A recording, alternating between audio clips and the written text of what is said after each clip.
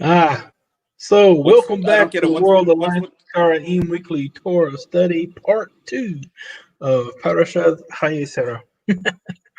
What's with the stars and the countdown thing? This is something I found. I'm playing with it. Okay. Other people see that as well, or just we see that? No, that'll be on the video. Everybody saw it. Okay. All right. I guess it makes it sound more, it builds more anticipation. Yeah, I actually forgot to go live until the last 10 seconds. So Okay. So they only saw the last 10 seconds of it. So now we'll get to see how many people join us again. Yeah. I don't know if you can see up in the top left-hand side of my screen. I have like a little eyeball up there. It's got a 0 right now, but I can't see. I have to go onto Facebook to see how many. I have to go to Facebook, and when I go onto Facebook, then it shows me how many people. Okay. Yeah. Well, hopefully people come back. If not, we can finish out the Parashah. Yeah. Definitely. So let's see. All right. I usually wait for about 5 minutes and just shoot the jive and then start about 5 minutes in. We can do that. Mm-hmm. Yep. Got the first viewer. Welcome back.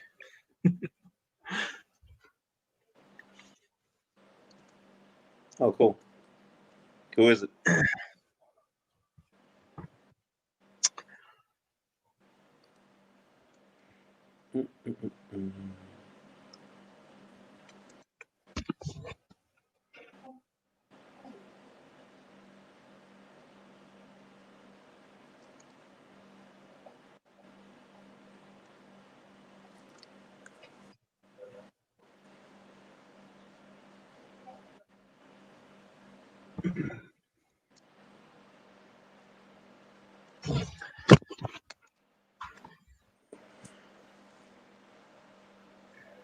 Yeah, but we were talking about at the end of the last one about the rabbinic fables, right? And but when someone actually reads through the Tanakh and pays attention to what's being said, there's very few instances that I know of where the Torah actually contradicts itself, and even then, you can't really say it's a contradiction. You could just—it's really more of a different way of saying it. And but when you add all this other rabbinic commentary to it, like the story of Milcha and Iska, there's no way Iska is Sarah. Right, for sure. And even I looked into the commentary of Rashi. Even Rashi had to try to explain how when it says that Haran was the brother of Avram, I forgot exactly how he put it. I don't want to slander the guy, but he even mentioned and had to try to play around with the commentary on how Milcha and Yiska is the daughters of Haran when he was supposed to be married to a daughter of Terah. Mm-hmm. Yeah, a lot of rabbinical baloney. Mm-hmm. Okay, so we're coming up on 5 minutes into the broadcast, and I guess the people will begin to join us again when they decide they'll come when they come. Go ahead and finish. So we are in chapter 24 of the book of Genesis, and we will pick up at verse 29. Mm-hmm. ולרבקה אח ושמו לבן, וירוץ לבן אל האיש החוצה אל העין. And Rivka had a brother whose name was Lavan. And Lavan ran to the man outside at the well. Mm-hmm. And we should point out that the word ayin, well, is literally means eye. because when you look down a well, it looks like you're, or you look at a well, it's round and it's black in the middle. It's like looking into an eye, right? Yeah. So in modern Hebrew, they usually use, instead of ayin, they'll use ma'ayan, is the modern Hebrew word for well. And when I lived in Israel for many years, I lived in a place called Ein Karam, which literally means the Ein Karam. Ein is ayin, is well, and when it's in the I forgot what you call it in English, but in Hebrew they call it the smichut form. Yeah, that's a construct. In the construct form, then it becomes Ein, and Kerem is a vineyard. So it literally means the well in the vineyard, or the well of the vineyard. And it was really one of the most beautiful places I've ever lived in my entire life. Spectacular place. Okay, so, but it's interesting because you really see how ancient Hebrew and ancient languages in general, but ancient Hebrew here, how they come up with words which are based on what things look like, what things sound like. There's a lot of, well, I guess for sounds it's called onomatopoeia. I don't know what it's called for vision, for when things. So, but at any rate, well, or spring, I should say, is an ayin. Okay. Yes, verse 30. Yep. He kirot. You want me to? I'll take verse 30 for the heck of it. Yeah, you can.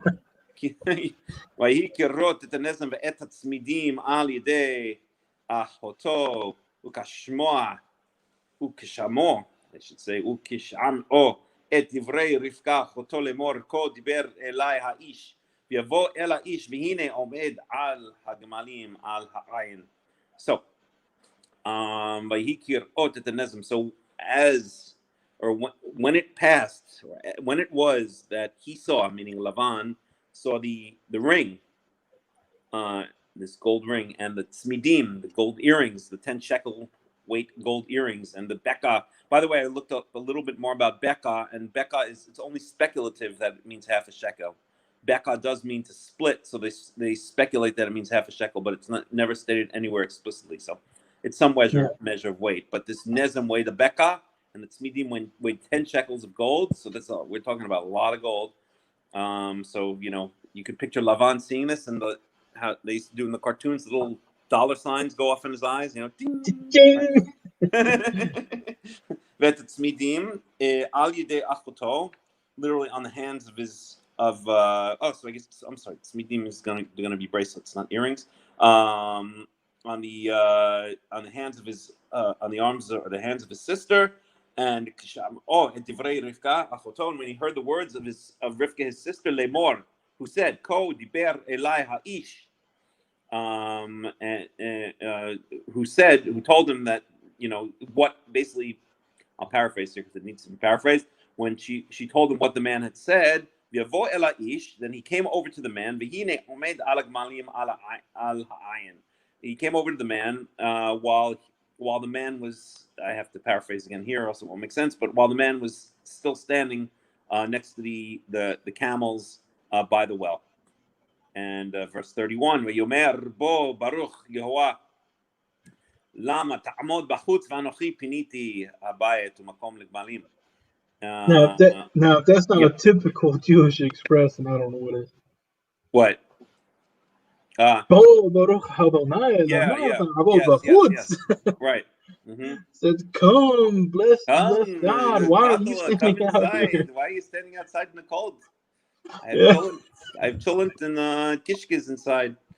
V'yomer bo baruch Yehovah, and he said, "Come." Bo is the command form. It's the formal command form, which is basically the second person plural singular, or I'm sorry, second person future plural or singular in this case. It could be either one, depending if it's a command to an individual, to a group, and then you just lop off the tough, which is usually what starts that verb form, and so it's bo. It's shorter. It's a command.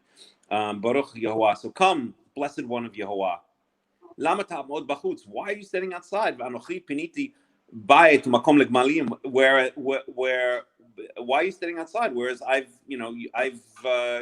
cleared out the house. So I've made space in the house and made a place for the camels.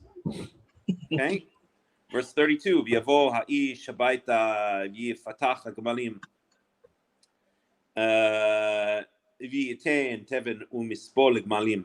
So the man came inside and it literally is opened up, but here they translate it. I'm just going to cheat here for a second and look at the English translation. They say unloaded. Okay, let's assume that's what it means. Literally opened up. Yep.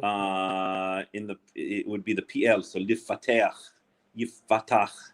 In modern Hebrew, lifatach means develop. I don't know if that's worth any interesting piece of knowledge here, but yifatach, it's the PL form of patach, which means to open. So unloaded, I guess, is a fair description. Yeah, that makes sense. Gumalim, opened up or unloaded the camels, the stuff off the camels. Vitain tevenu mispo.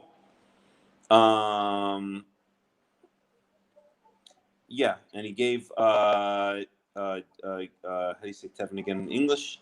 Tevin is going to be straw, right? The same stuff that the Israelites had to get more of when they went out and after they complained to Pharaoh that the work was too hard. Then they had to go gather their own tevin, their own straw for the bricks that they had to make. That's coming to a theater near you in a couple of months. Vitain tevin and mispo. So he gave straw. Mispo is fodder. They usually translate it. It's animal feed, basically. And I wonder what the etymology is. Hold on, I just want to look that up for my own curiosity. Mispo. 1 second, Yaakov. Mispo. Fodder always absolute. Elsewhere object. Doesn't really explain where it comes from. Okay. Mispo from an unused word. Okay. That's a big help. Ligmalim. So he gave straw and fodder to the camels.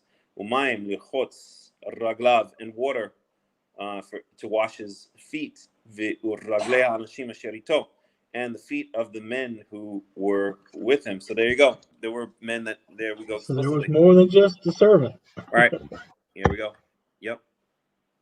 Which we said makes sense. You don't want to be traveling through the desert in those times, and with tons of gold and camels and all that kind of stuff. You're not going to make it very far. So okay, verse 33. Wayusam lifanav lechol, and here we have a ketiv and a kri.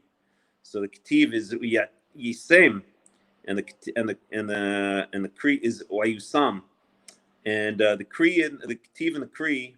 And Yaakov, maybe you want to fill in some information here, but basically these are two alternative versions that appear in the Masoretic texts. So the ketiv appears within the text itself, and then there's a little note on the side, which is the kri, the way it's supposed to be read.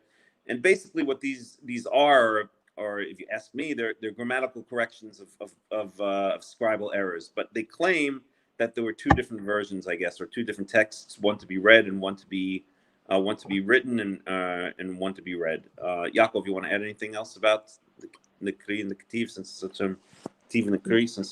an important point in the Masoretic texts? Yeah, the ketiv is always what's written in the text. The kri is what's actually read. Normally, that's on the side, or in a footnote somewhere in the text, and it has the actual vocalization on that word only, and not in the text when you're reading with the Masoretic notes. You don't find that in the Torah scroll at all. You just have what's actually written in the text there. But what they are is sometimes corrections. Sometimes they are just alternate forms. Sometimes words were used very rarely, and they might not have been in use for several hundred years. And so they updated the word so that you have a more modern word so people could actually understand what was being said. And so that's how. But here, it's interesting because they take it from a pa'al, and they put it in what's called a pu'al. which is a form of the passive. Yep. And so it says and was set before them to eat. Is basically how it's put. Right. And we could Instead of- assume maybe that the Ketiv here, the wow yud sin mem, maybe that is wayiyasem. In other words, the future passive, perhaps, but we don't have the vowelization there, so we don't know, right? Yeah, could be. And also another point, when you see forms like this, where the written text it seems to have two yods side by side. In the older text, the yod and the waw were almost indistinguishable. And so when you read those older texts, it's hard sometimes to determine, is it a yod or is it a waw? And so you'll see that. And you see it sometimes with interesting. Okay, I did the not hay know and the het. Sometimes are almost really indistinguishable. And that's where you got the hooks from. What they call the hooks later. But anyway, that's neither here nor there. Interesting. Okay. Anywho, so food was placed before him to eat, or it was placed before him to eat. To eat. Right. Or literally, we can even So that's actually again another very common construct that you'll see in the Torahs. That they call it in Hebrew the vav aifuch. I think in English they call it the conversive vav. So it changes the tense from past to future, or from future to past. So this verb wayusam is actually the future form, and the wow changes it to the past form. So literally, it was placed before him to eat, meaning food was placed before him to eat. And he said, I will not eat. Ad im dibati davar. Yomer daber. And he said, I will not eat until I've spoken my word. So I've said what I have to say. Literally until ad im dibati devarai. Until I've spoken my words. Yomer daber. And he, meaning Lavan, said, speak. And now, here we go on the long. What do we call it? What's it called when you go on a long, never-ending tale? When he's telling a long, never-ending tale? Regale. To regale. No. There's another word I'm thinking of, but I can't. A never-ending tale. Yeah, I can't think of the word. But at any rate, if I think of it, then I'll say it. But all right. Yomer Eved Avraham Anochi, and he said, and there's the Vav Fuch literally, and he will say, but that the Vav Fuch, the conversive Vav makes it he said, and it's not even and he said, it's he said, because the Vav is when it takes the role of the conversive Vav, then it does not take the role of a conjunction. There's no and there. So even though we always read it, I always make the same mistake. I always read it as and he said, but it's not really and he said. He said, Eved Avraham Anochi. He said, I'm a servant of Avraham. Yehovah berech et Adoni. And here it's Adoni, not Adonai. Interesting. Me'od, migdal, v'ten lo tzon u'bakar v'kesev v'zahav avadim v'shvachot u'kmalim v'chamorim. And verse 35, Yehovah has blessed my master very much, very greatly. Migdal, and he became very great. V'ten lo, and he's given him flocks, bakar, and herds, and silver and gold, and manservants and maidservants, and camels and donkeys. And Lavan says, this is starting to sound a bit interesting. Keep on, go on. He's salivating. Yeah, he's salivating not over the food, over the money, the moolah. So, oops, where were we? Shoot! I just lost. Now you have to think of this too before you go on. Yeah. What's interesting is they make a point to explain that Isaac received all this wealth from Abraham, Okay. Mm-hmm.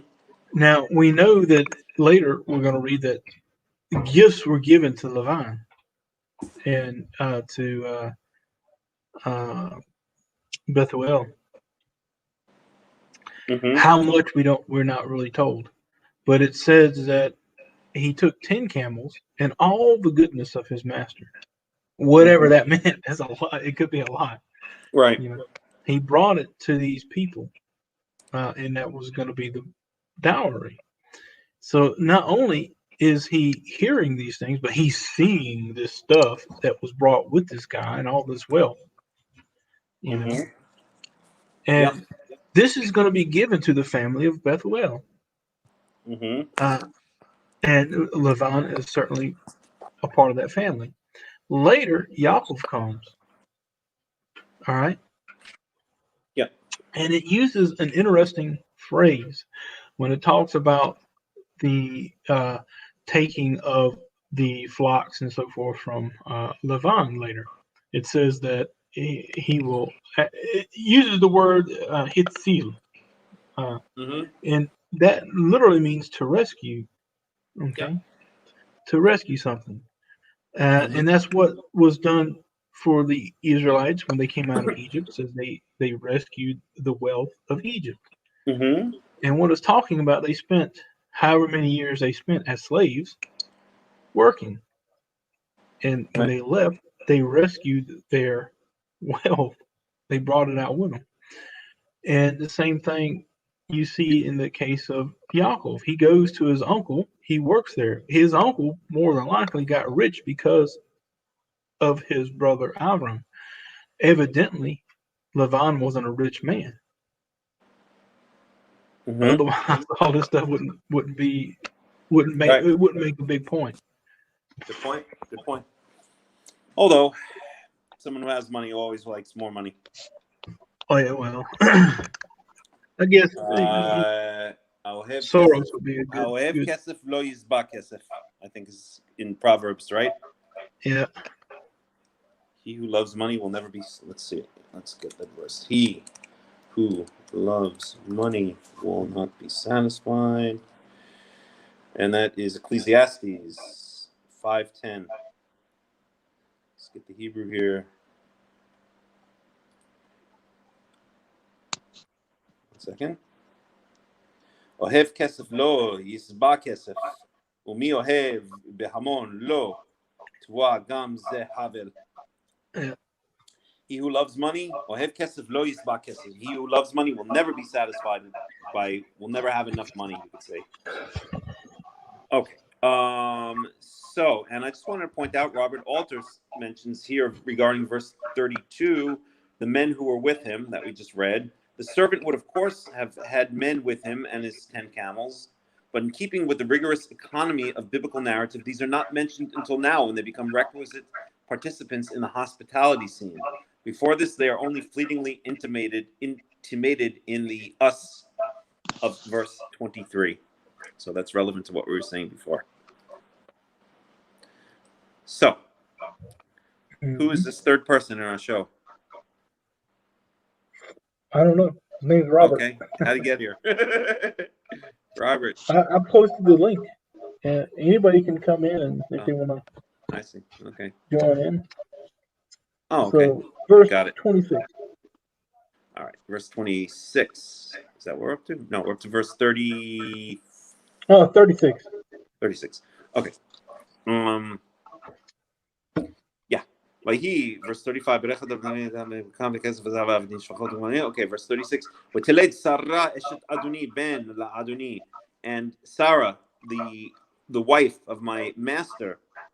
There's a lot of noise in the background. I don't know whose that is, but it's disturbing. Is that yours, Yaakov, or is that Robert's? I think it's Robert's. Can you shut up off his mic? Yep. Good. All right. Did that take care of the echo? Yeah. Okay, verse 36.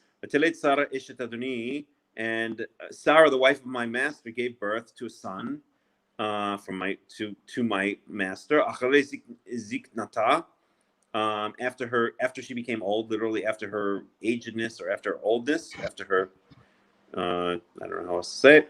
V'iten lo et kol asher lo, and he's given him everything that he has, everything that is to him. So in other words, he's given. It's saying that Abraham has given all of his possessions, or will give all of his possessions to Isaac. And it's interesting, as Yaakov always points out, the future does not always mean the direct future. It does not always mean. So here, if you were to translate it strictly, it says Ziknata u'ayiten lo et kol asher lo, and he will give him. I'm sorry, and he maybe it is we lo. 1 second.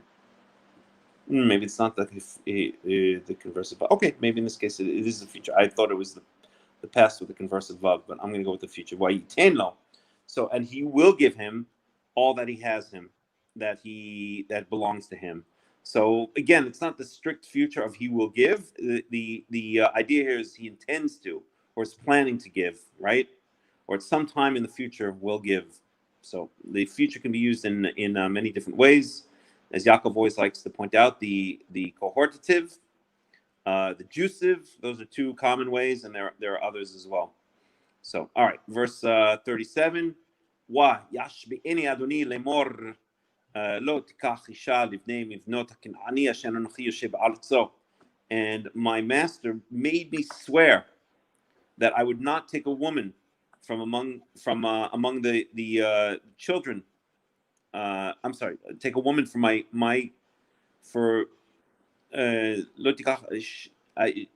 I should not take a woman that you shall not take a woman for my son.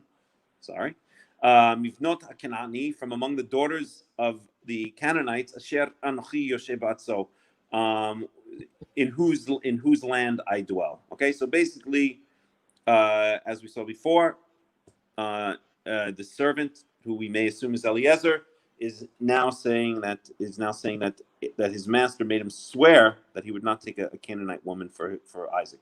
Verse 38, Im lo el beit avi telech ve'el mishpachti velakachta isha livni. Im lo. This is in contrast to verse 37.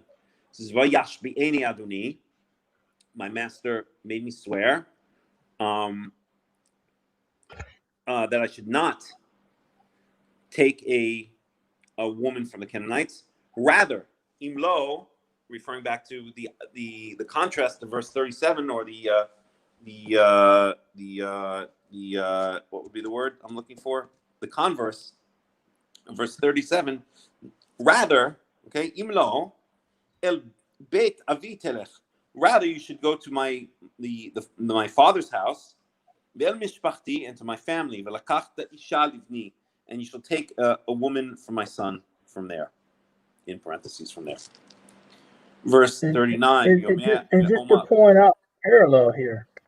What's that? Abraham actually said, "Il artsi, or il moladati," and so we have a parallel to his land being the house of his father, and also to the molad being the mishpacha here. So that lets you know. I've heard people say that molada is when it says moladti to my relatives, they would say that is talking about a place of birth. And that's not necessarily the place that one was born, but where the relatives were. Okay. All right. Yomer Ela Yehovah. I'm sorry, where were we? Verse 39. Ve'omar el Adoni. And I said to my master, Ulai lo telech isha achrai. Maybe, and I said to my master, maybe the woman will not come back with me. Literally, will not come after me. Yomer Elai Yehovah asher hita, and he said to me, and Abraham said to me, pause, isn't it nafta there? Yehovah asher hitalachti lefanav. Yehovah,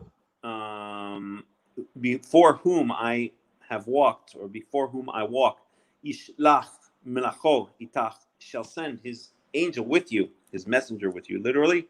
Yitzliach drachecha, darkecha, I should say, and will make your journey successful. V'lakachti isha livni mimishpachti mibeit avi, and you shall take a woman from my son, from my family, and from my father's house. Verse 41. Az tinakei me alati ki tavo el mishpachti ve'im lo yitnu lach v'hait tinaki me alati. But you shall be clear, you shall be clean of my. Allah is literally a curse, but the implication here is an oath with a curse attached to it. In other words, if you don't fulfill the oath, then you're going to be cursed. Maybe it's the other way around. Maybe an Allah is actually an oath with a curse attached to it. Let me look. Yeah, they say it's an oath. 1 second. Because an Allah is often used in the Torah in the context of specifically of a curse. But yeah, they put it as an oath.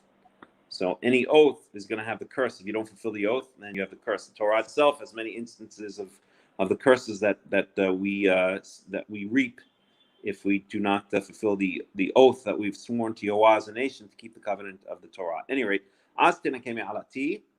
then you should be clear. You should be clean of my oath. If you shall, but you shall be clear of my oath. If you go to my family and if they don't give her to you, in other words, they don't let her go, then you should be clean of my oath. So basically, he's I guess what he's saying right now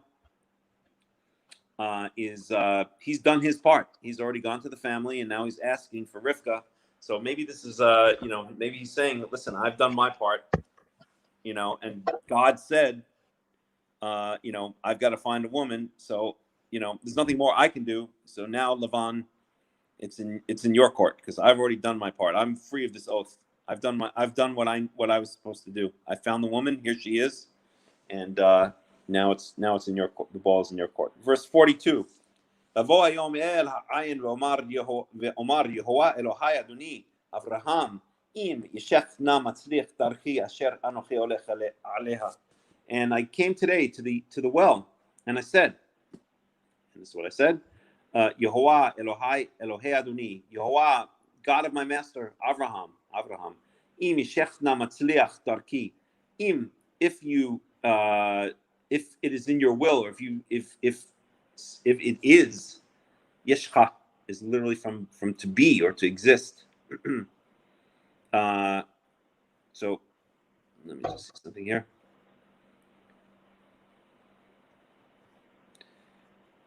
Yeah. So if it is your will, I guess this is the way we can translate it. It's kind of doesn't really do it justice, but if so be it according to you, maybe that's a better translation. Na matzliach. If it is your will that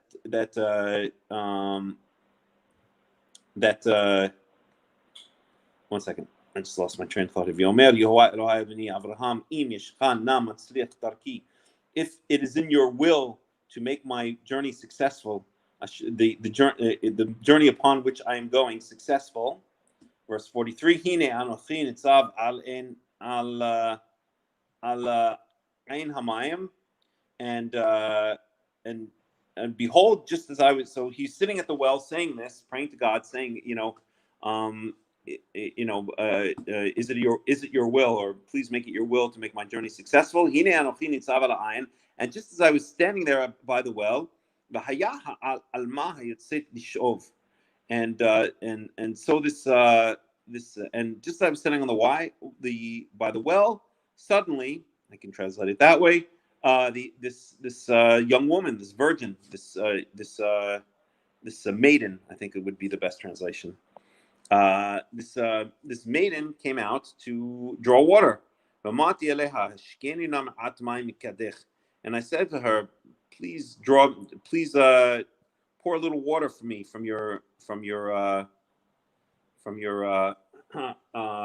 jug. Yep. Verse 44.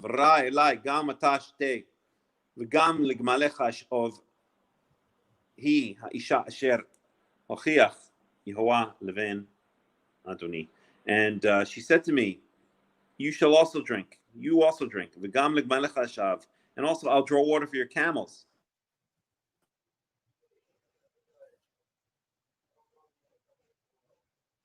Asher hochiach Yehovah Leven Adoni. And so she is the woman which Yehovah has chosen, or has proven. Here the translator is appointed. Okay, is appointed to the son of my master. Verse 45. Anything you want to add so far, Yaakov? No. Oh, this is good. Okay. Verse 45. Ani terem achalel ledaber el libi. One second. אני טרם אכלה לדבר אל ליבי, והנה רבקה יוצאת. One second. הנה אנוכי ניצב עליי. יוצאת לשאוף אמרתי אליה, שכינים ענבן, והיא אמרה, אוקיי. אני טרם אכלה לדבר אל ליבי. Just, and so now he's recapping a little bit. So I had just finished praying, literally speaking to my heart.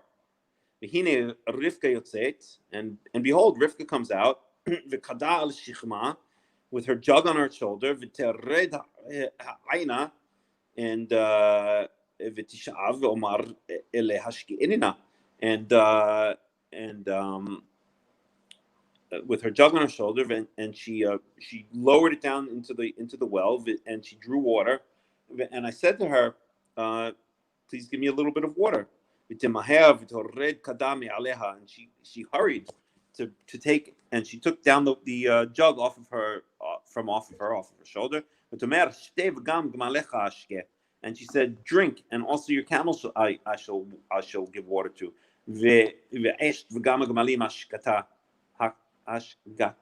Yes. And so I drank, and also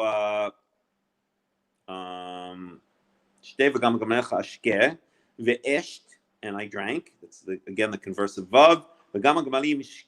And also the camels drank. Verse 47. And I asked her, I asked her, whose daughter are you? And she said, I'm the daughter of Betuel, the son of Nahor. I'm the daughter of Betuel, who is the son of Nahor, who Milcah gave birth to. In other words, Milcah gave birth to Betuel. Milcah, as we saw before, was the wife of Nahor. Vasim hanezem al apa. So I placed the nose ring, the ring on her nose. But smidim al yadeha, and the bracelets on her hand. V'kod v'shtachaveh liYehovah, and I bowed, and I bowed down and prostrated to Yehovah. V'varechet Yehovah, and I blessed Yehovah, Elohei Adoni, the God of my master Avraham, Asher imcheni b'derech emet, who led me in the true path, in the true way. Lakachet et bat achi Adoni livno, to take the Lakachet et bat achi Adoni livno, to take the daughter of my of the brother of my master for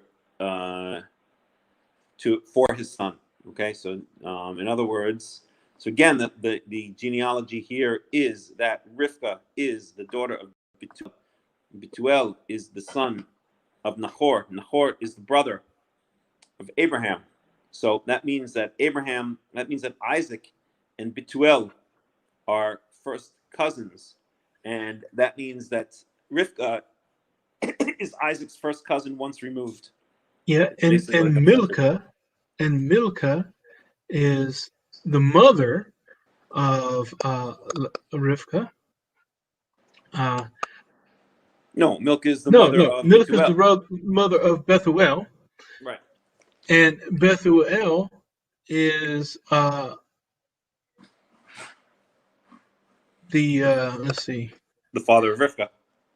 Father of Rivka. Okay. What I want to say is Milcah is the daughter of Nahor, who is the brother of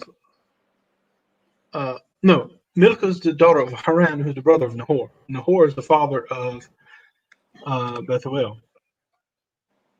So Bethuel and Milcah were, that was his mother, but that was also his first cousin. It reminds me of the old joke I once heard about going to the South. And I said, The family trunk. Yeah. So I said I was down south the other day, and I started talking to someone, and he said, and the person said, I'd like you to meet my wife and my daughter, and there was only one woman standing there. Oh man, well, this ain't quite that bad. You'd meet my mom and my cousin. All right, this is before the laws of the Torah. Okay, and we've seen that not many, but some of the laws of the Torah are made in response to problems that arose among the patriarchs, and I guess with relevance to this, the most relevant example is going to be the Torah's forbidding a man to marry a woman and her sister, and it explicitly says that's because of the rivalry between Leah and Rachel, which we'll see in the coming chapters. Yeah. So yeah, he can't marry them at the same time.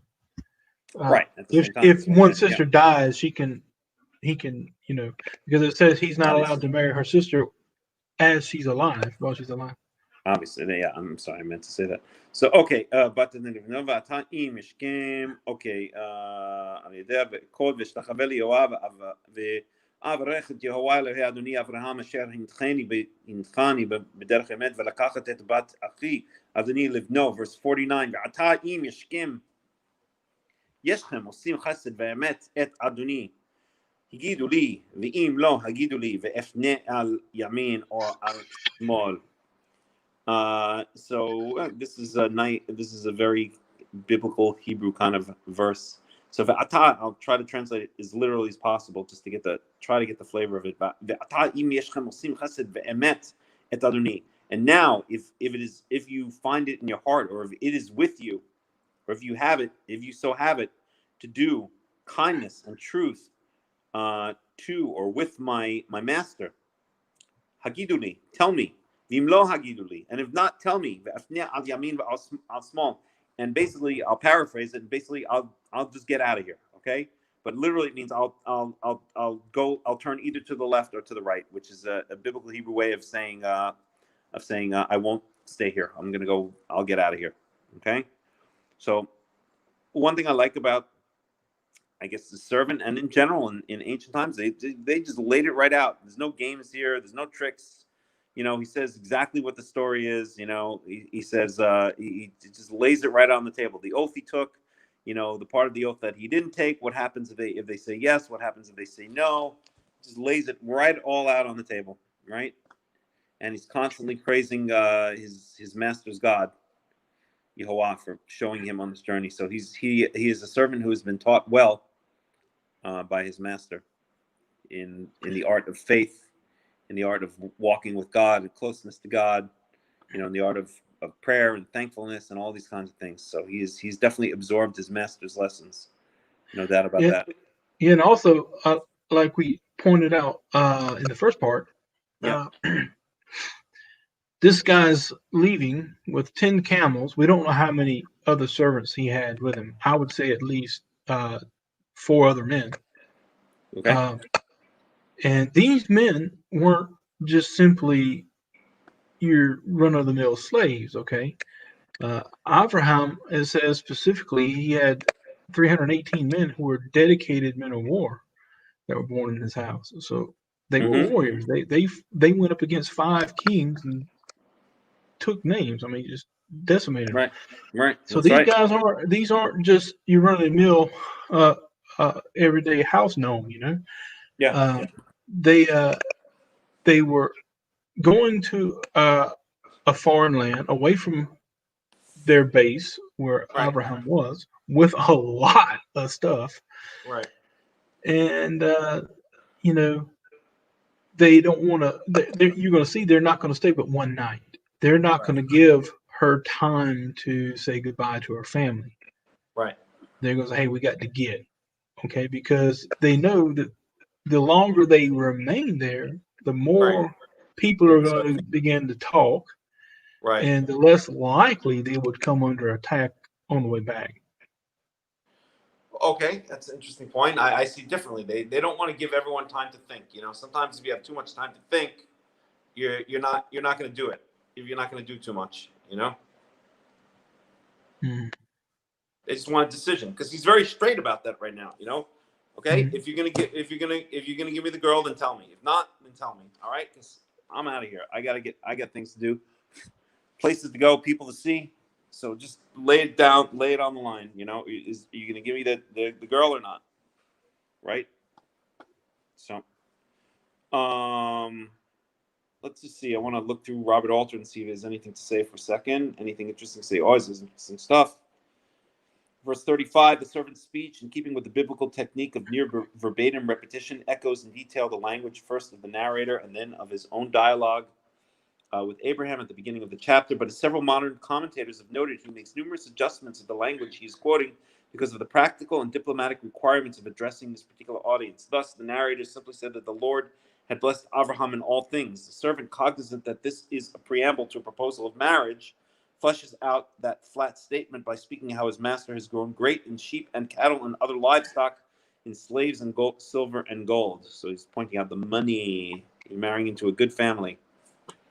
And just let's see. The Lord, verse 40, in whose presence I have walked to walk before, live in devoted service to a particular deity, is an idea that would have been perfectly familiar to Abraham's polytheistic kinfolk back in Mesopotamia.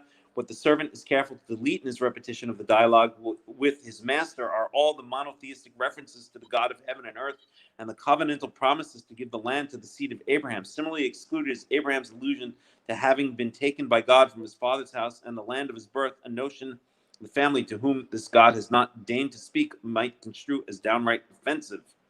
Abraham had actually said quite simply from my father's, from my clan and from my father's house. Abraham had actually said quite simply from there, but at this point the servant chooses to elaborate his master's meaning in terms that emphasize to the kinfolk Abraham's admirable sense of family and loyalty. So we get the idea. And just one more maybe.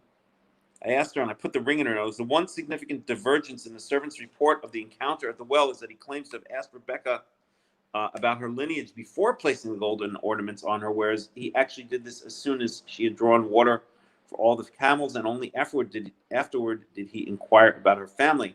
This alteration of the order of actions is again dictated by considerations of audience. The servant, having seen the stipulation of his prayer completely fulfilled by the beautiful girl at the well, is entirely certain that she is the wife God had intended for Isaac, but the family he does not want to seem to have done anything so presumptuous as bestowing gifts, implicitly betrothal gifts, on a young woman without first ascertaining her pedigree. Okay, blah, blah, blah. Okay, we get the idea. I just like to read his stuff every once in a while.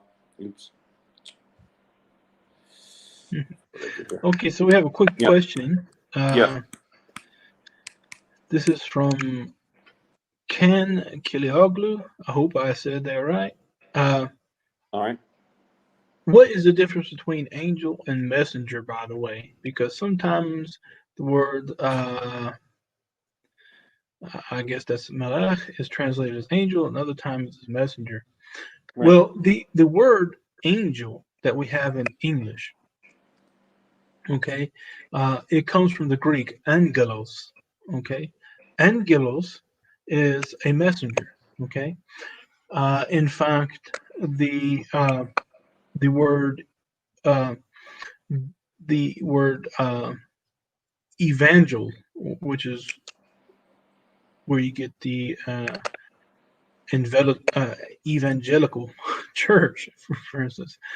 The word evangel means a good message. It comes from the Greek oi, which means good, and angelion, which means a message.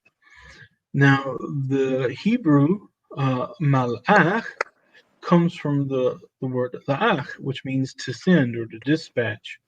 And so you have Malach is someone who's dispatched on a specific message or errand. In fact, I like to use this example from the prophet Hayyei in chapter 1, verse 13, where it says, وَيَوْمَرْ Haggai Malach Adonai b'mal'akuth Adonai le'am lemor Anochi Itechem Ne'om Adonai. And it says, and so Haggai, who is the messenger of, or the Malach, which would be translated as the angel of Adonai, with the message. So the message that the Malach brings is Malakuth. Okay, and so the word angel itself doesn't always mean, in fact, it never means specifically a divine being. It means specifically a messenger, whether it is divine or human, doesn't make any difference. And so you have to use context to really know, is it talking about a divine angel, or is it talking about men? Because the men that Yaakov sent to meet his brother Esau were also called Melachim, which are messengers. And that's all that word means. Mm-hmm. So hopefully that helps. Yep.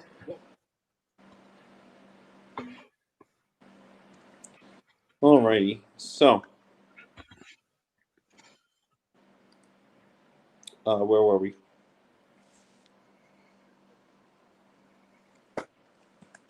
We were at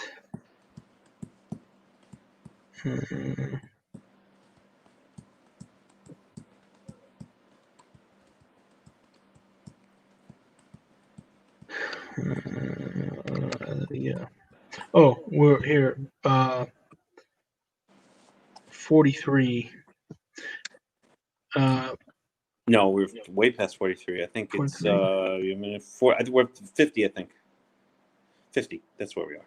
50. Yeah, that's the last thing. Oh yeah. Okay, you're right. I will leave to the right. So yeah. we're on 50. Yeah.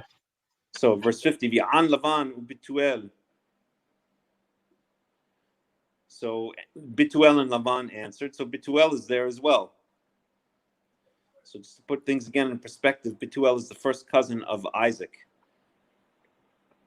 Yomru me Yehovah yatzah hadavar lo nuchal daber elecha ra otov.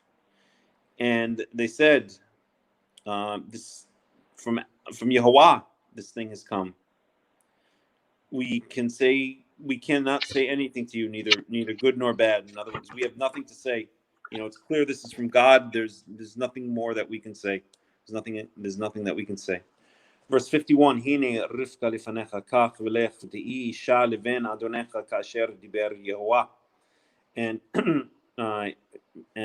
so behold, Rivka. Literally, Rivka is before you, but Rivka is yours. Kach v'lech. Take her and go. And it's very, very brief language. Kach v'lech. It's like abrupt. He was abrupt, and they're making an abrupt decision as well. It's like, take her and go. Take her and go. Kach v'lech. V'ti'i isha leven adonecha. And let her be your master's son's wife, kasher diber Yehovah, as Yehovah has spoken, as God has spoken. Yeah, and there's the plural form again, Adonecha. Mm-hmm. Yeah. Ben Adonecha, that's right.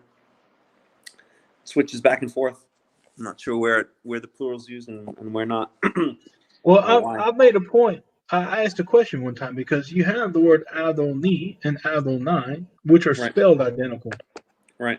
And I haven't seen anywhere where, except for the one we talked about last week, where it's possible that Abraham said Adonai just as a form of respect. Could be. Mm-hmm.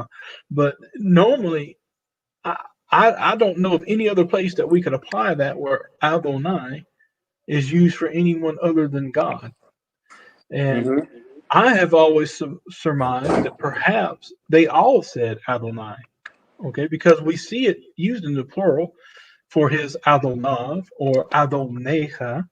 Why would Adonai be then any different? But you always see it written as Adoni. Mm-hmm. And I think that perhaps like the emendations of the scribes, perhaps it was written that way to be respectful for the term Adonai. Right. Mm-hmm. All right. Maybe. That's just a guess. That's just a guess. Yeah. I'm not saying there's exactly right. Okay.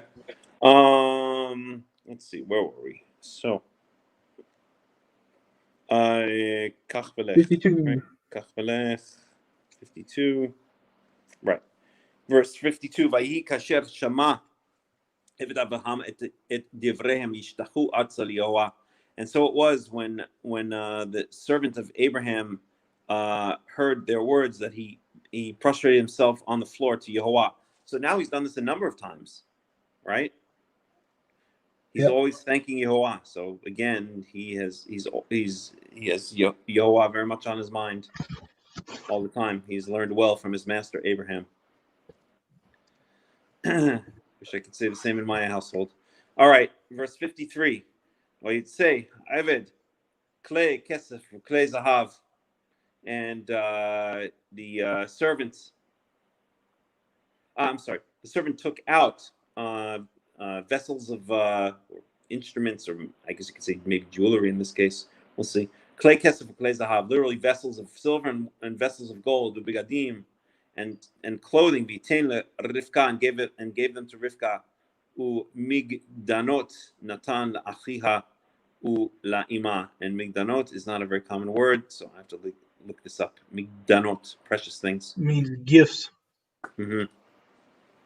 Right. Occurs 4 times in the Tanakh. 2 of them in Chronicles. Who the hell ever reads Chronicles, right? Yeah, I think it's in Esther also. Ezra. Okay. Yeah, according to this. So, okay. Okay, gifts.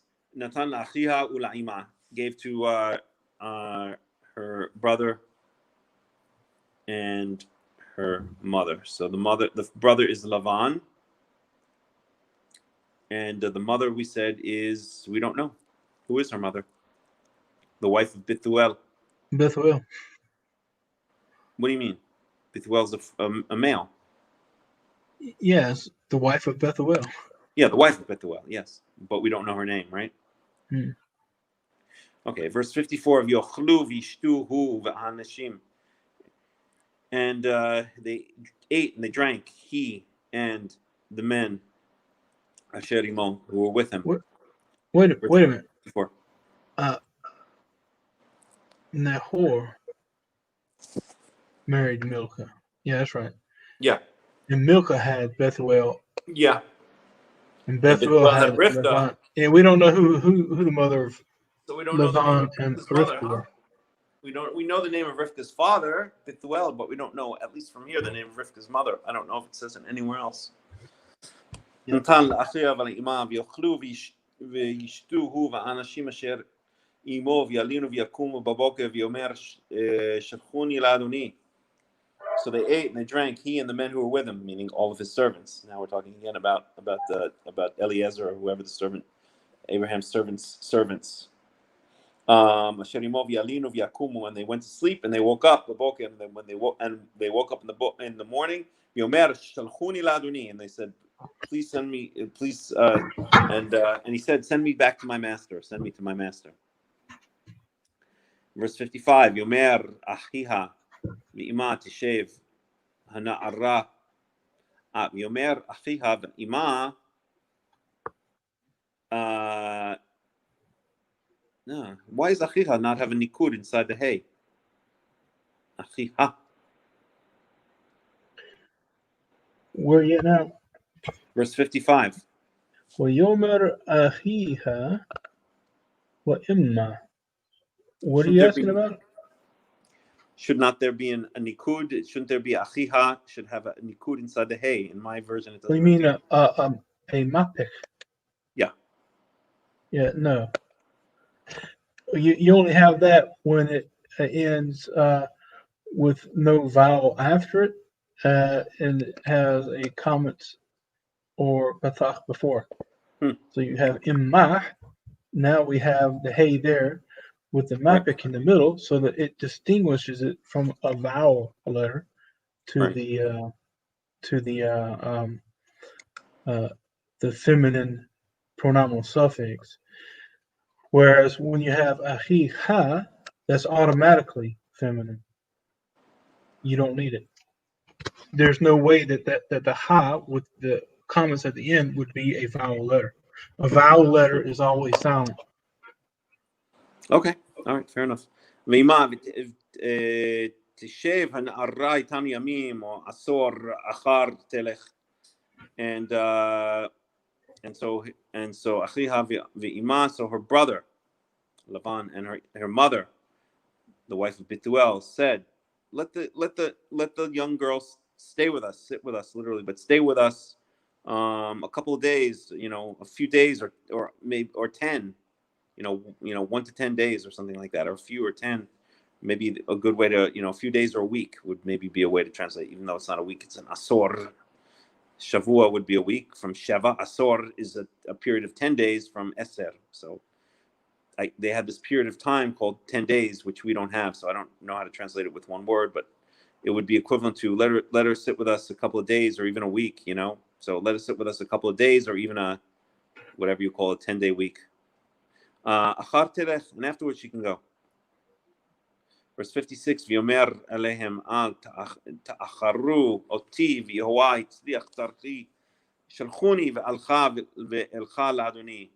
And he said to them, please don't make me late. Don't keep me here any longer. Don't keep me here. Al ta'acharu oti. Don't make me late or don't make me delay. Yeah, don't delay me. Yeah, don't delay me. V'yehovah hitzliach tarchi. Seeing as Yehovah has made my journey successful. Please send me, or there's no please there, but the implication is, like it's begging, send me and or requesting or begging, send me and let me go on my way, and let me go to my master. Verse 57,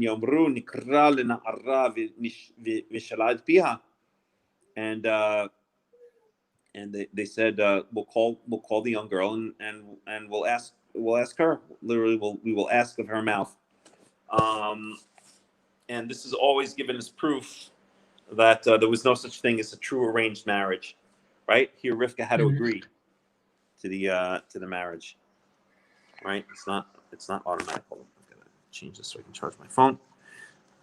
So I don't know if that's a real proof, but that's what the rabbis would always teach us. And then this verse is proof that that the woman has to agree. Where to go? 1 second. Yeah, I just have to put the charger on. Yeah, no problem. Phone dies. Okay, so verse 58. So they called to Rivka and they said to her,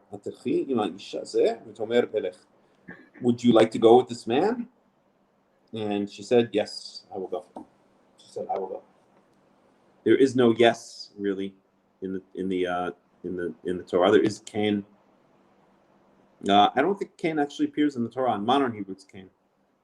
I don't think it appears anywhere. There's Achen, but I don't think the word Cain. Yeah, Cain appears, but not as like yes. Right. It means like such. Right. Exactly. So there really was no yes in the Torah. There was just, you reaffirm the statement. So are you hungry? I'm hungry would be yes. Okay. And that's exactly what happens here. Would you want to go with this man? And she said, I will go. Verse 59, ישלחו את רבקה אחותם ואת מניקתה ואת עבד אברהם ואת אנשיו. So they sent away, or they sent her on her way. They sent on her way Rivka, their sister, and Menikata, that's usually translated as her. How do I say that in English? Her maid. Yeah. It literally comes from Menik, meaning like her wet nurse. Right. So Menik is Yonek is the suckle. So it's literally her wet nurse. Yeah. So maybe a better translation would be like her nurse or something like that. Minikata and her nurse, ve'et Eved Avraham and the servant of Abraham, ve'et Anashav and his men. And again, here's a reference that he came with men. Okay, verse 60. V'yivrachu v'yivarachu et Rivka v'yomru, and they blessed Rivka and they said v'yomru la, and they said to her, Achotenu at Hayyei alfei revava yirash zeracha et sha'ar sonab. Here's what we were talking about before. So and they said, they blessed Rivka and saying, and they said to her, Achotenu, our sister, at Hayyei alfei revava, may you turn into thousands of 10,000s. So what's 1,000? 10,000. So 10,000 times 1,000, you have to add another 3 zeros to get 100,000. So 10,000. A long time. 10,000, 100,000, a million, 10 million. So they're basically saying, if you do the math here, alfei revava, thousands of 10,000. So basically they're blessing that she'll turn into over 10 million people. That's the math. Alfei revava. Revava is 10,000, and alfei is 1,000. So thousands of 10,000s. It's a lot of people. Yirash zarech et sh'ar sonav, and may your seed. And again, my good friend, my good Qara'ite friend, who really keeps a low profile, but he's a very dedicated and a knowledgeable Qara'ite. His name is Michael ben David. Last I checked, he lived in Beersheba. Would always point out that whenever it says zaracha or zarech, it's always speaking about the male line, the male descendancy, because the zera is also another word for sperm. So it's what's passed down from, basically what's passed down on the Y chromosome, right? Zaracha or zarech in this case. So may you turn into tens of millions, and may your seed inherit. And here we have the phrase that I mentioned earlier, sha'ar sonav, the gate of his enemy, meaning basically take over his cities, conquer his cities. Those who hate him. Yeah, what? Those who hate him. May your seed Yeah. inherit the gates of those, or possess the gates of those who hate him. Yep. Interesting that this form Yirash here is the same form that we saw earlier, where we had the Yisam, and they had it Yusam. Yeah. Yeah. And also we were talking about the seed. Yeah. Now the seed here is specific to Rivka. Now the seed itself is masculine, but she is also said to have seed, and we see that for the first time in the narrative of Adam and Eve, when God was speaking to the woman. He says specifically, "I'll put hatred between you and the woman, between your seed and between her seed." And we also see in the Torah where it talks about a woman who produces seed, and it actually calls her Mazriah. And this is really interesting because the woman produces seed, but this seed that it's talking about is always masculine. Right. So the implication It's the masculine here is line. she'll have seed, but the implication is it's going to be through the husband. I think. Yeah. But okay. Yeah. The point is, whoever the seed is what I'm getting at, is even though it's talking about Rivka's specific seed, that seed is talking about the male lineage. Right. That's what I'm getting at. Yeah, I got you. Yep. Good point. Okay, verse 62. V'Yitzchak ba mivo be'er lachai ro'i v'hu yoshev eretz hanegev. And Yitzchak, okay, so that's it. Now Rivka goes. Yitzchak ba mivo be'er lachai. So Yitzchak had come from this place, be'er lachai. Or from going to Be'er Lachai Roi, and this which is the well where Hagar first met. This is interesting. Right. The very first mention of the Malach Elohim is in the story of Hagar fleeing from Sarah. Okay, Right. and she comes to a well out somewhere. Okay, and this well she named Bir Lahai Rai. Okay, Right. and that's where Isaac is coming from. Right. Now, interesting. That's also located in the area of what's called Paran, and that's where Ishmael lived. And we're about to see in just a few minutes that there was no problem between Ishmael and Isaac. Right. Even though Ishmael was sent away, they didn't hate each other. Right. In fact, it says that they both buried Abraham, which we're about to read in a minute. Yes, but according to the great Hakham, who likes to wander around with the Christians, Ishmael was sexually molesting Isaac in the house. He's full of crap. Okay, so but it makes good headlines. Okay, I'm sorry. So where were we?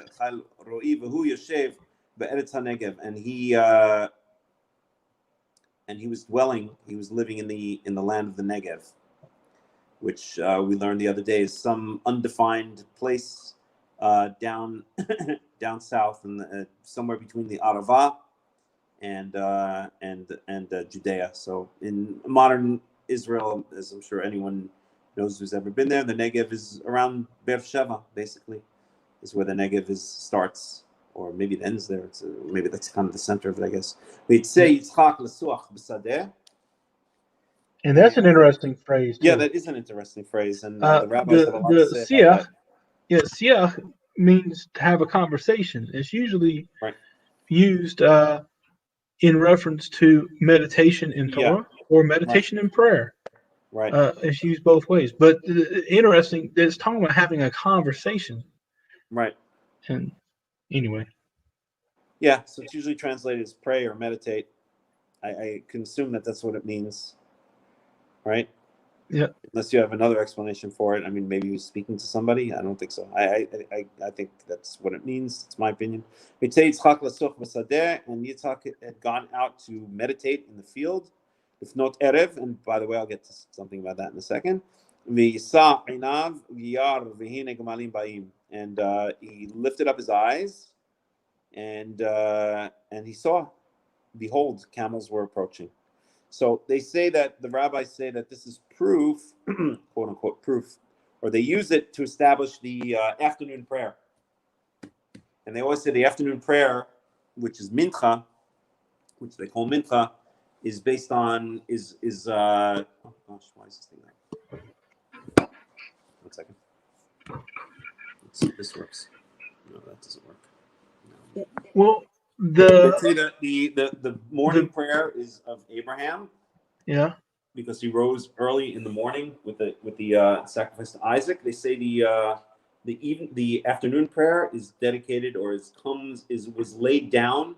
Mincha was laid down by Isaac because of this verse right here. He went out to pray towards the evening, and they say that the night prayer Ma'ariv belongs to Yaakov, and I forgot what proof verse they used for that. I think it's because he fought the angel in the middle of the night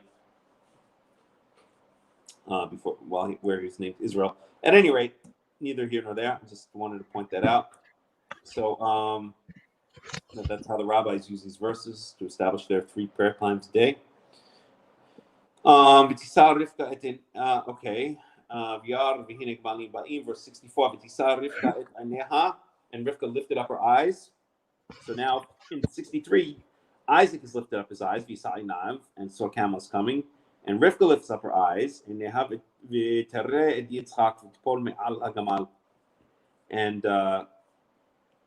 and she saw Yitzchak, and literally it says she fell off the camel, but I don't think that's what it means. Oh, what a hunk! Oh my, God. And but no, she descended from the camel. She unmounted the camel. Verse 65, V'tomer el ha'eved, and she said to the servant, Mi ha'ish halazeh ha'holech b'sadeh likratenu, and she said to the servant, the one obviously who had gone to bring her back, Mi ha'ish halazeh ha'holech b'sadeh likratenu. Who is this man who's walking in the field towards us? Yomer ha'eved hu adoni v'tikach atzayif v'titkas. And he said, and the servant said, "This is my master."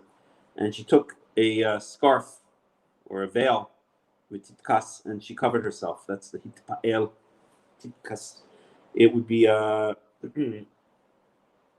titkaseh would be in modern Hebrew, but they leave off the hey at the end. So titkas, she covered herself. It's the reflexive form, the seventh binyan, the hitpael form. For those who are keeping score. You lose the final hey because of the wow mehupach. Because of the what? Wow mehupach. Okay. You have it's kesa, and because you have the wow at the beginning, you lose the final hey. Okay. Verse 66. And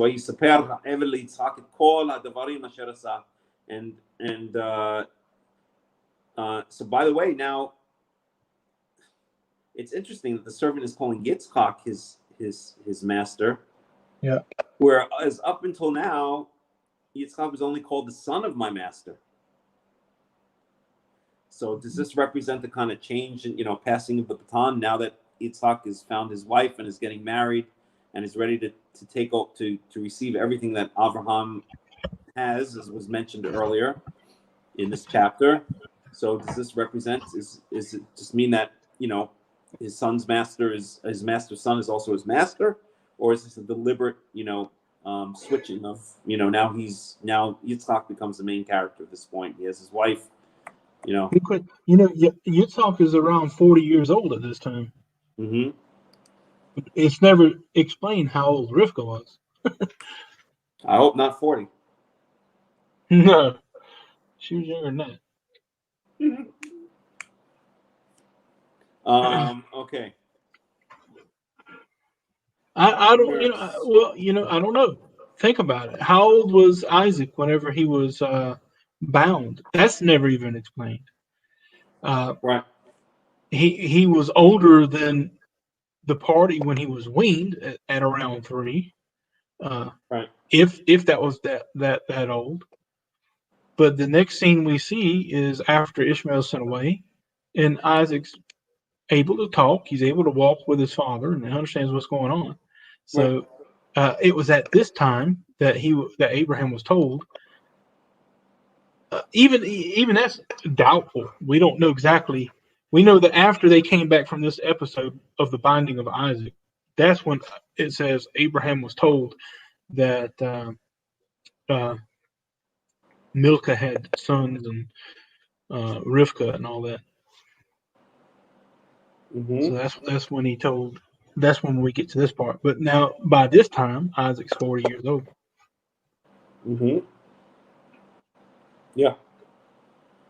I'll just read one of it. Robert Abrams. 1 second. 1 second. This one says something.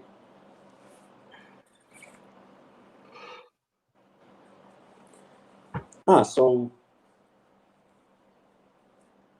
Robert Abrams, first of all, does not translate it as meditate. He translated it as stroll, S-T-R-O-L-L. And as I said, he's a true biblical scholar. And if he translated as stroll, he probably has a very good reason for doing so. I'm just going to look at the notes for a second. He translated what as what now? Lasuach. He translates as stroll. To take a stroll. Yeah.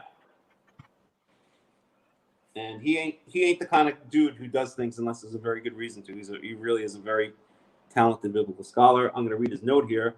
The translation reproduces one current guess, but the verb only occurs here, and no one is sure what it really means.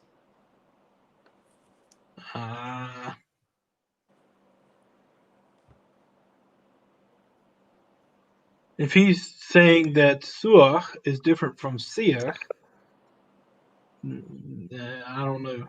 That's a heck of a stretch. I don't know. That's what he's saying. I don't know. I disagree with him on that one. Okay, well, you guys can find it out, but that's what he says, and he is a very, very talented biblical scholar. He usually does not say things unless there's a very, very good reason to say them. Anyway, and then Wait a minute. Wait a minute. Yeah. What's a very good reason that he's got to say it? He said it only appears this one time. So what's his ground for saying it? The translation reproduces one current guess. One current guess. That's his.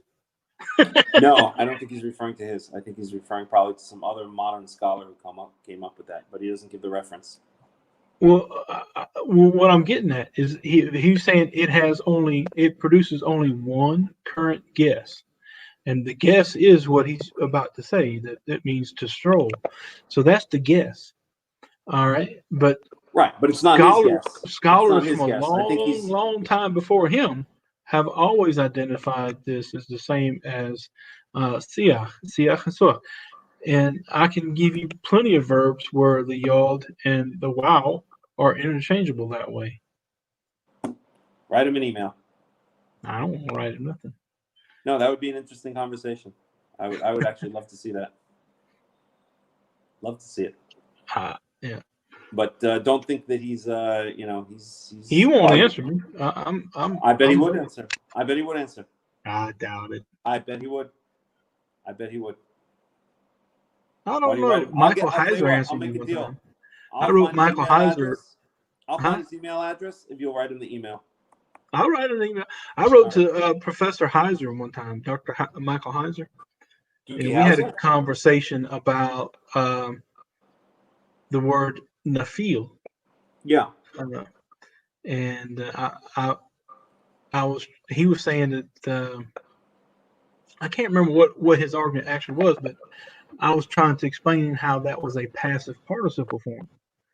Right. And I tried to show him how we find this form throughout the Tanakh. We have asir, we have rakia, we have bunches of them, bunches of examples. And they're used as adjectives or nouns, but they're really passive participles, and they are from the Aramaic passive participle. And he basically understood my point, but he said I would actually have to find the noun nafil for him to admit that I was right. Okay. But if Michael Heiser would write to me, I guess this guy might write to me too. I don't know. I'll write him. Imagine he will. I'll find out what he says. I'll find out his email address. But yeah, you can argue it out with him. That'd be an interesting conversation to watch. Peek in. All right. So any rate, okay. We've only got a little ways to go. We're done. I know, it's amazing, right? We did it. Oh,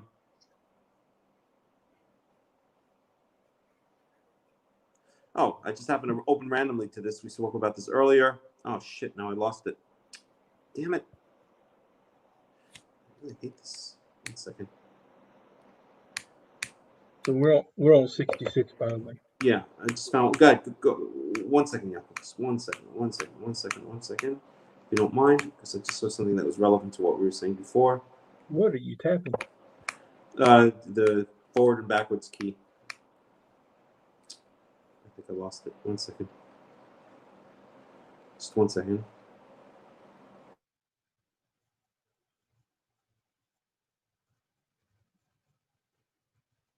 Ah, damn it. Where did that go? I can find it. All right, go ahead. You take it. I'm going to try to look for this. So 66. ويصف هذا ليسحق إذ كل هالدبرين أشر عصا. And so the servant related to Isaac all the things that he had done.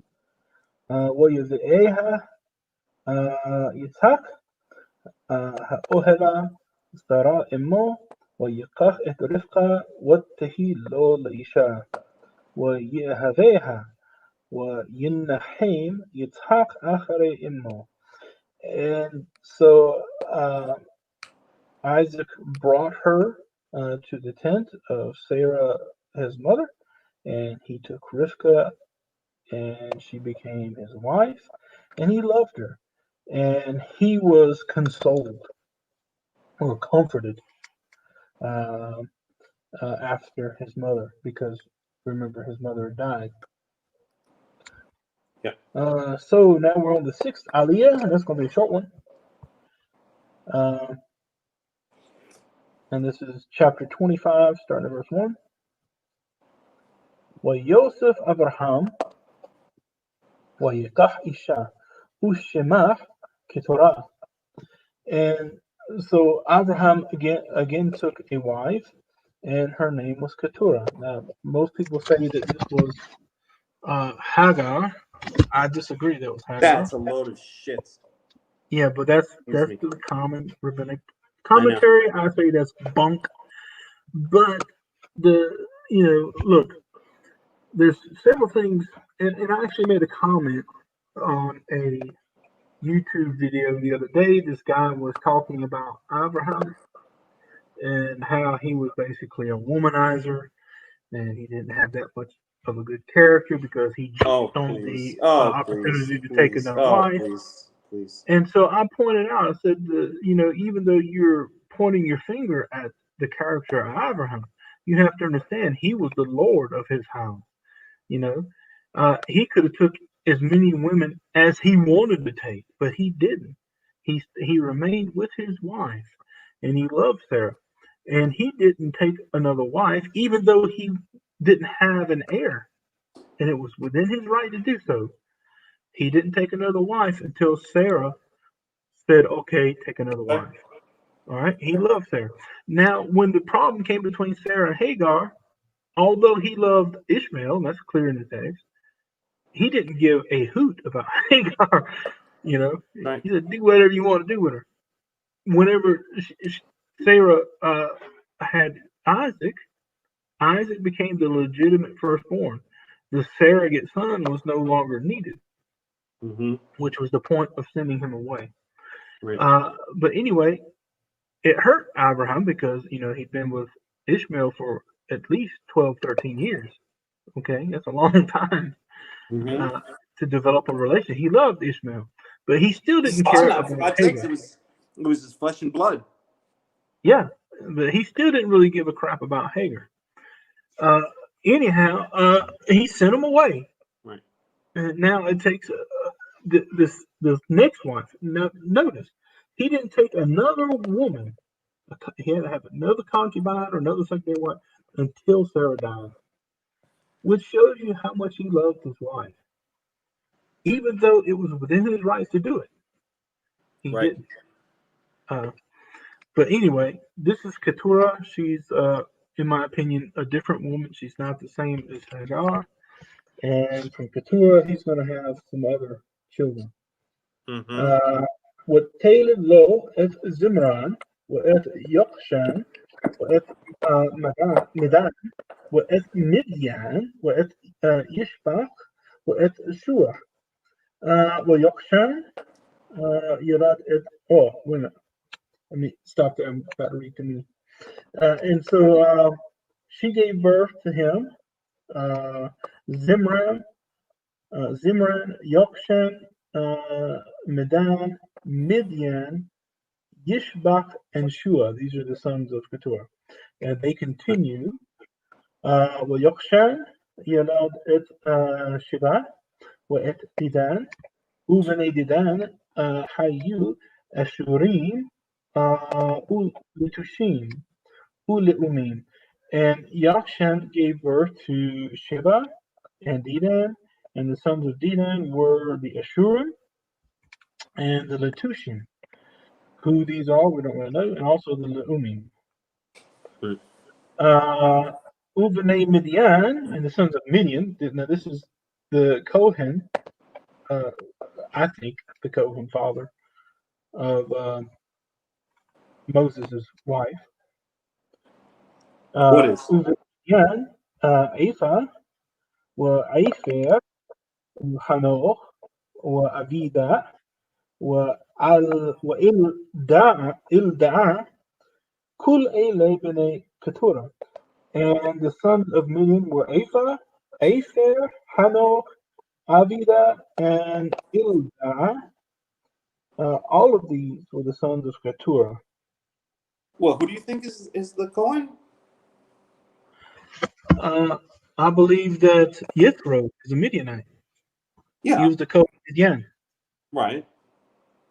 I thought you said one of these sons here was Yitro. I thought you were saying one of these sons was Yitro. No. Midian is the forefather of the Midianites. Mm-hmm. That's the land of Midian where Moses was living. Right. Mm-hmm. So they were Abrahamites. They were Avrahami or Avramsons or Bnei Abraham, however you want to say it. Right. ويتين أبرام et kul asher lo liYishak. And so Abraham gave everything that he had to Isaac. Ulivnei Piladeshim. So who are these Pilakshim referring to? Is that referring to now Hagar and Keturah, do you think? I don't know. Hagar was never called a Peleg. She was called an Isha. And neither is Keturah, but their position was more of Pelegish than as a true wife. Yeah, she was also called an Isha. Right. But yeah, you're right. A Pelegish is just a secondary wife. Right.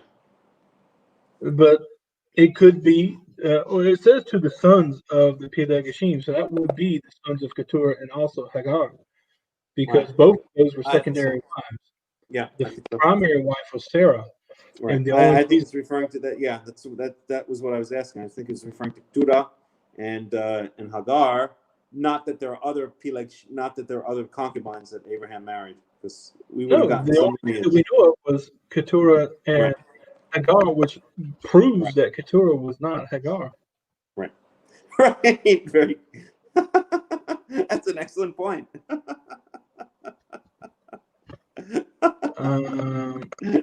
So Livnei Habpilagishim Asher LaAvraham Nathan Abraham Matanoth ويشلحين معال يצחק بנו בעודנו חי קדמה אל ארץ קדם. And so to the children of the secondary wives, which Abraham had, Abraham gave gifts, and he sent them from Isaac, his son, while he was yet alive, towards the east, to the land of Kedem, which is the eastern land, to an eastern land. And of course, the rabbis say that the gifts he sent was wisdom, and that's why the people of the East are so wise. We used to learn that in yeshiva. I kid you not. وأيلي يمي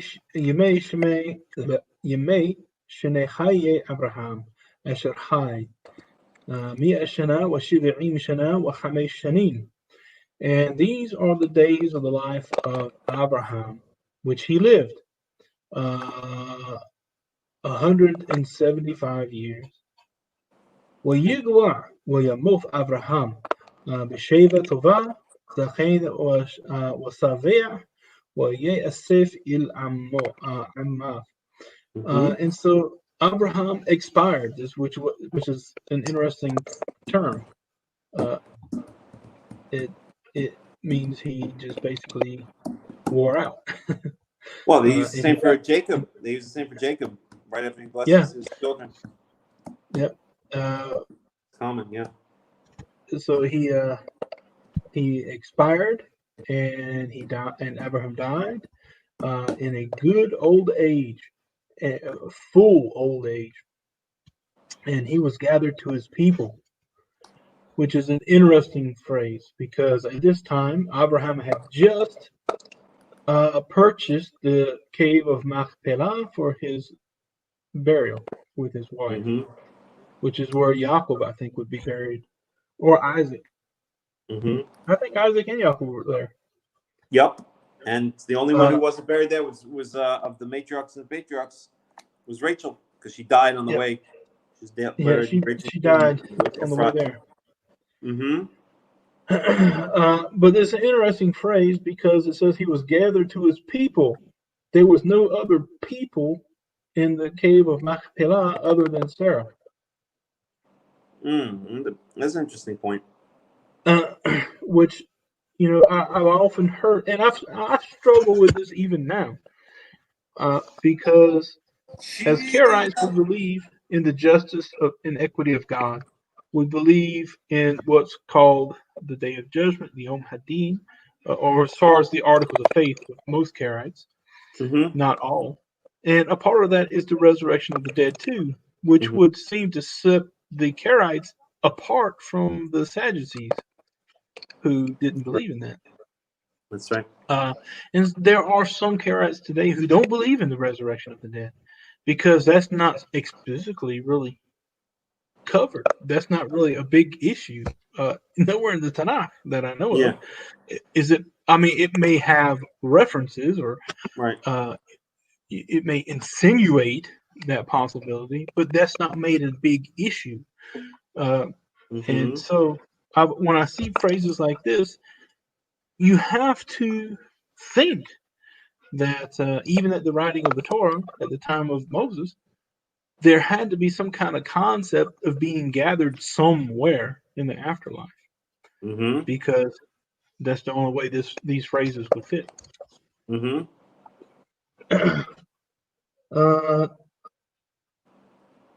So,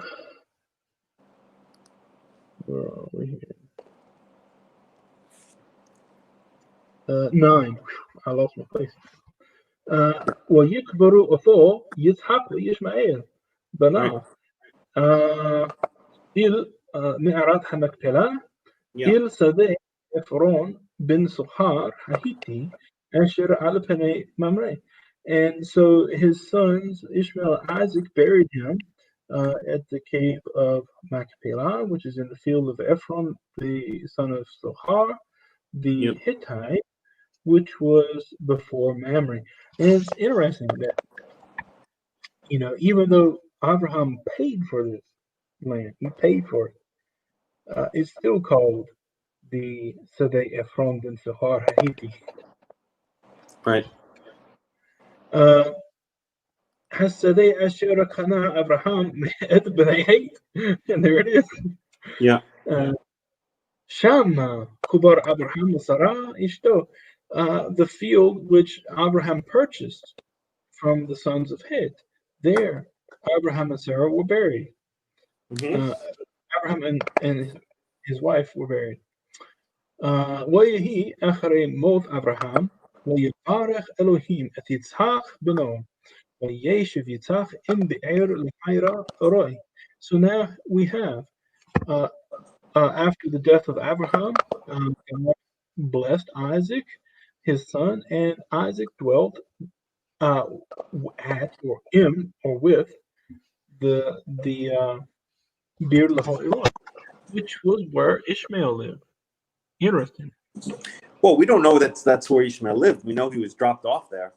We can assume he lives there, right? It just says he dwelt in the land of Paran, and Beer Lahoi was actually in that part. So it doesn't necessarily mean in the exact same place, but nearby. That's actually in the wandering places of where Ishmael would have lived. Yeah.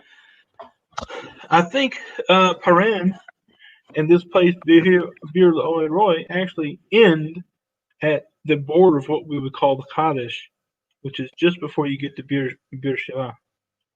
I think. I could be wrong. Yeah. But it's still interesting. Right. Up to this By point, the way, the only person that we knew that roamed around that area was. We have a question from Khan Kilioglu. Had Keturah's sons received the circumcision as Ishmael received? It's never mentioned explicitly, but I would say we can certainly assume that they did. That was absolutely right. Because Avram was commanded all the males of his house, whether they were purchased or bought or born, had to be circumcised on the 8th day. Yep. All right. So let's finish this off. It's getting okay, late. So now the final Aliyah, the last tier. وإلى تولدات إسماعيل بن أبراهام أشر يلد هجار حميصريت شفحة سارة لأبراهام. And there we go. Shifchat Sarah. Yeah, Here Hagar these spoke to are Yitzchak. the genealogical records of Ishmael, the son of Abraham, which Hagar, the Egyptian handmaid of Sarah, bore to Abraham. Right, and she's called here not Nisha, not right. Oh, Shifchat Sarah. Okay. She was still Just her relating this slave. back to where in verse 6, it's talking about the Pilag Shim. I mean, Yep. Shifcha and Pilagish are basically related in their lowered status of women, below a wife, secondary status. Well, even after Abraham married her, it says she was his wife. Right. Okay. Sarah found out that she was pregnant, and she became a little arrogant towards Sarah. And Sarah went and said, your violence, your Hamas is God will judge between us. Yeah. And he said, she's your slave girl. She's in your hands. Do what you want with her. Right. So even though she was called a wife, she was still considered by Abraham to be a shifcha. Right. All right, let's move on because it's getting late here. وإلي شموث بني إسماعيل بشموثام لطولدوثام بخور إسماعيل نبايوث وخيدار وأدبيel ومبشام. And these are the names of the sons of Ishmael, according to their names, according to their genealogical records. The firstborn of Ishmael is Nebaioth, and the Kedar, and Abdil, and Mibsham. Umishma, Uduma, Umasa, and also Mishpa, Duma, and Masa. Hadad with Hema, Yetur, Nafish, with Kedama. Hadad, Tema, Yetur, Nafish, and Kedama. Eilehem, Bnei Ismael, وإيلي شموثام بحتسرهم بتيروثام شني معسر نسيين لأموثام. These are their names, and their Chatzar is like a courtyard. Their courtyards, their palaces, maybe. Mm-hmm. 12 princes according to their nations. Yeah.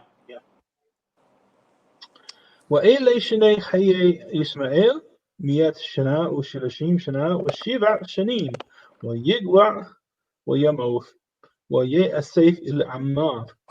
And these are the years of Ismail's life. He was 137 years old, and he expired and died, and he was gathered to his people. ويشكنوا ميخاويلا أشور أشر على بني مصرايم بو أخا أشورا على بني كل إخاب نفال. And they dwelled from Havilah to Shur, which is before Egypt, as you go towards Assyria. In the presence of his brothers, he fell. Right. Which means. And that is the end. And what do you think that means in the presence of his brothers? He fell. Of course, we had to make 2 parts. Yeah, really. Give me a second here. I just want to see something. So we had almost 3 hours the first time, and this is almost 2 hours this time. So we had about a 5-hour study today. Wow. All right. So we'll call it, part A and part B, something like this. Yeah, I've already listed as part 2, and I'll get it all set up in YouTube that way. But I appreciate everyone who came to the second part. I appreciate those who made it to the first part and suffered through us through this whole time. Yeah. And for everyone who's still in Shabbat, I wish you all a Shabbat Shalom. For everyone else, I wish you Shavua Tov. Shavua Tov, Shabbat Shalom.